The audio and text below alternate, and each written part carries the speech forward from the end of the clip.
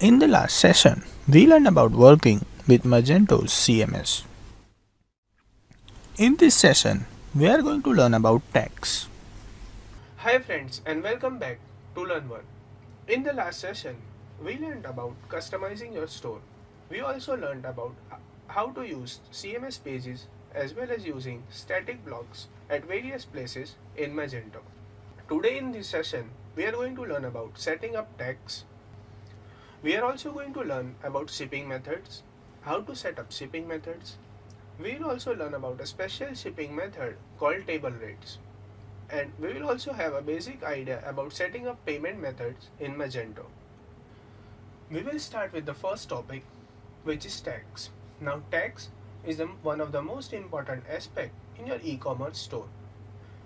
Each country and state can have different tax rules and tax names based on location. For example, we have GST in India, VAT in UK. If you wish to have an internationally acclaimed e-commerce store, you should have all the tax rules defined properly. Now, Magento ships in with a lot of tax configuration. It allows you to set up different tax classes and configuration. You can also define different product tax classes and assign them to different products.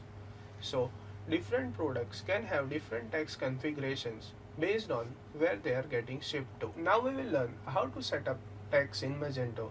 So in Magento there are two ways of setting up tags. One is setting it up manually and other is using a CSV for uploading all your tax information. To set up tax rules properly, there are multiple options available in Magento.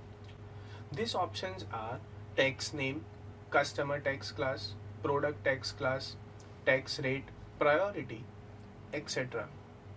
Priority is one of the most important factor because in case you have same tax classes assigned to different products and in case if they are overlapping, your priority will decide which tax class will get applied.